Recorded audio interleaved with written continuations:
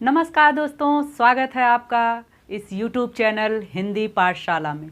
दोस्तों, जैसा कि हमने पिछली वीडियो में पढ़ा शब्द रचना, जिसमें हमने पढ़ लिया है कि शब्द किसे कहते हैं, पद किसे कहते हैं, शब्दों का वर्गीकरण और उसके दो भेद, दो आधारों पे वर्गीकरण हमने पिछले वीडियो में चर्चा कर ली है, जो कि व्युत्पत्ति के आधार पर और दूसरा हमने पढ़ा था रचना के आधार पर। हमारे जो अन्य दो भेद बचते हैं उन पे चर्चा हम अपनी इस वीडियो में करेंगे। दोस्तों, उम्मीद है कि आप पिछली वीडियो देखे होंगे और अगर उस वीडियो को आपने नहीं देखा है तो वो देखने के बाद ही आपको आगे के ये दो वर्गीकरण समझ में आएंगे। तो प्लीज़ पहले उस वीडियो को ज़रूर देखिएगा।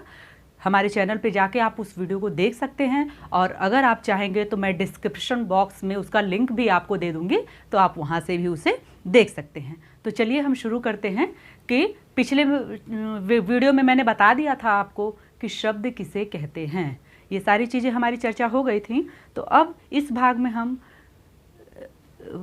अर्थ के आधार पर शब्दों का वर्गीकरण पढ़ेंगे कि अर्थ के आधार पर शब्द कितने प्रकार के होते हैं या शब्दों के कितने भेद होते हैं। अब सबसे पहले ये जान लेना आवश्यक है कि इसको भी चार भागों में बांटा गया है। वो चार भाग कौन कौन से हैं हम एक एक करके समझेंगे। पहला है एकार्थी शब्द। एकार्थी शब्द अर्थात जिस शब्द का एक ही अर्थ हो उसे एकार्थी शब्द कहते हैं। ऐसे शब्द कौन से होते हैं? व्यक्तिवाचक संज्ञा और जातिवाचक संज्ञा जो होती है ऐसे शब्दों की श्रेणी में आते हैं। जैसे उदाहरण मैं आपको दे दूं, मोहन, धोबी आदि, ये सारे उदाहरण हैं जो कि हमारे एकार्थी शब्द हैं, यानी इनके बस एक ही शब्द होते हैं। अगर मैंने मोहन कहा मतलब मोहन का मतलब होता है मोहन एक बच्चा। अगर मैंने धोबी कहा तो हमें समझ में आया कि धोबी यानी कपड़े धुलने वाला एक व्यक्ति। तो हमने देखा कि इसमें व्यक्तिवाचक संज्ञा और जातिवाचक संज्ञा इस श्रेणी में आते हैं। अब दूसरा हमारा आता है अनेकार्थी शब्द। अनेकार्थी शब्द वो शब्द हैं जो कि एक से अधिक अर्थ को रखते हैं। अनेकार्थी जो शब्द एक से अधिक अर्थ को रखते हैं। उदाहरण में देखिएगा, जैसे मैंने कहा कर। कर का मतलब क्या है? पहले कर का मतलब तो हाथ है और दूसरे कर का मतलब टैक्स, जो हम पे करते हैं, टैक्स। ठीक है, एक और उदाहरण मैं आपको दे देती हूँ। जैसे पत्र। पत्र का एक अर्थ होता है लेटर, चिट्ठी, और दूसरा अर्थ क्या होता है? पत्ता, किसी भी चीज का, पेड़ के पत्ते। ठीक है, तो इसके दो अर्थ निकले, यानी अनेकार्थी शब्द ऐसे हो गए। अब इसके तीसरा भेद क्या है? पर्यायवाची शब्द। पर्यायवाची शब्द वो शब्द होते हैं, यानी शब्द तो एक होते हैं, उनके पर्याय कई होते हैं जो एक से अधिक अर्थ रखते हैं। ऐसे शब्द पर्यायवाची शब्द कहे जाते हैं। किसे कहते हैं? जो शब्द एक से अधिक अर्थ रखते हैं उन शब्दों को पर्यायवाची शब्द कहते हैं। जैसे मैंने उदाहरण के लिए मैंने बताया आँख।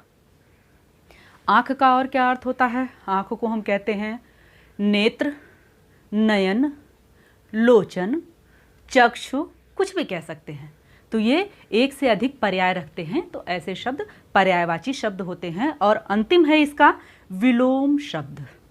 विलोम का अर्थ होता है उल्टा, बिल्कुल अपोजिट, उल्टा।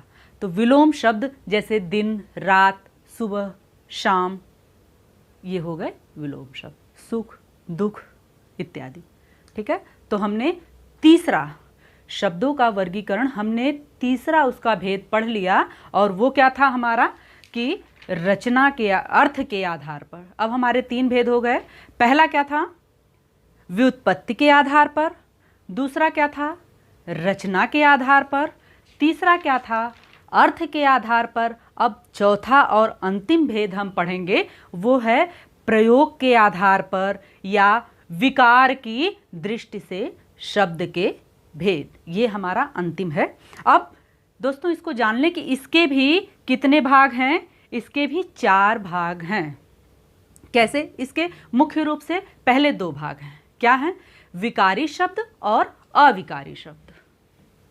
विकारी शब्द और अविकारी शब्द। तो सबसे पहले हम ये जान लें कि विकारी शब्द किसे कहते हैं।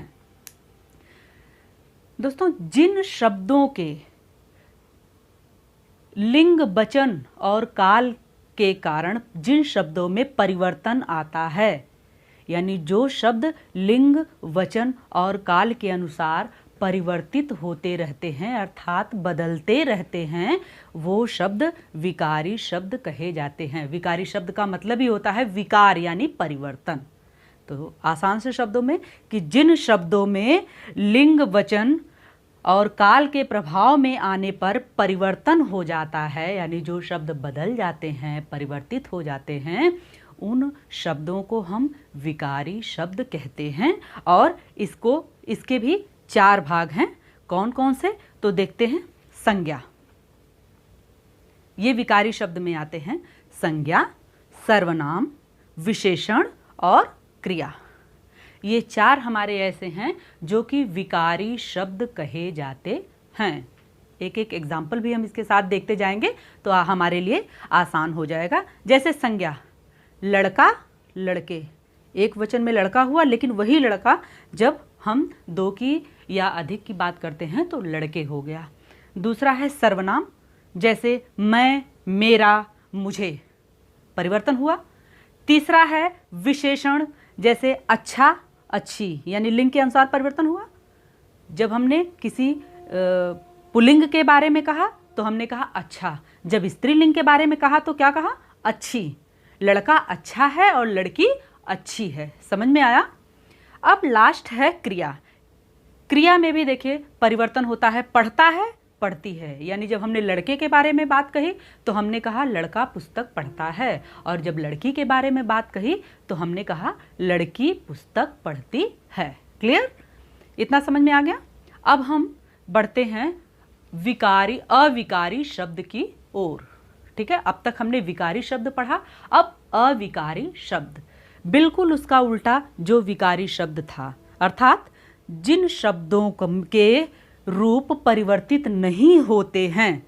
किसमें? किसी भी काल में, किसी भी वचन में, लिंग में, जो शब्द अपने मूल रूप में परिवर्तित नहीं होते हैं, बदलते नहीं हैं, वो शब्द अविकारी कहलाते हैं। यानी जिन शब्दों के रूप में परिवर्तन नहीं आता है वो शब्द अविकारी शब्द कहे जाते हैं। दोस्तों, इसके भी 4 भेद हैं।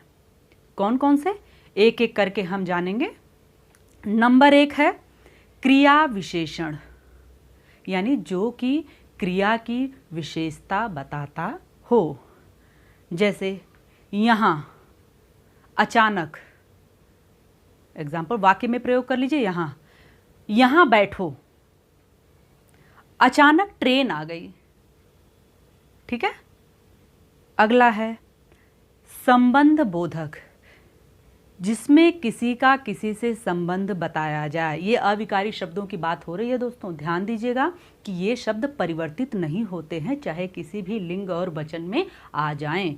देखिएगा, संबंध बोधक के है के ऊपर, के नीचे, जैसे वृक्ष के ऊपर, घर के ऊपर, छत के ऊपर इत्यादि। तीसरा है समुच्चय बोधक। समुच्चय का अर्थ है जोड़ना, योजक। समुच्चय बोधक, इसके उदाहरण देखिएगा, जैसे और, अतः।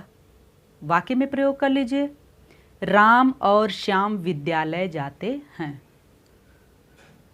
मैं बीमार हूं, अतः मैं विद्यालय नहीं जा सकता। प्रयोग हो गया वाक्य में, समझ में आ गया। अब अगले पे बढ़ते हैं, विस्मयादि बोधक, यानी जब आपको विस्मय हो। विस्मयादि बोधक शब्द जैसे हाय, अरे, वाह, ये सारी चीज़ें जब आपको विस्मय होती है तो ये शब्द भी कभी परिवर्तित नहीं होते हैं दोस्तों, कभी नहीं बदलते हैं। तो उम्मीद करती हूँ कि आपको वर्गीकरण अच्छे से समझ में आ गया होगा। और यहाँ दोस्तों हमारी ये वीडियो कंप्लीट होती है, हमारा ये चैप्टर कंप्लीट होता है। आपको ये वीडियो कैसी लगी मुझे प्लीज़ कमेंट बॉक्स में बताइएगा और मेरे चैनल को सब्सक्राइब करना ना भूलिएगा। बेल आइकन ज़रूर दबाइएगा ताकि मेरी वीडियोस की नोटिफिकेशन आपको मिलती जाएं।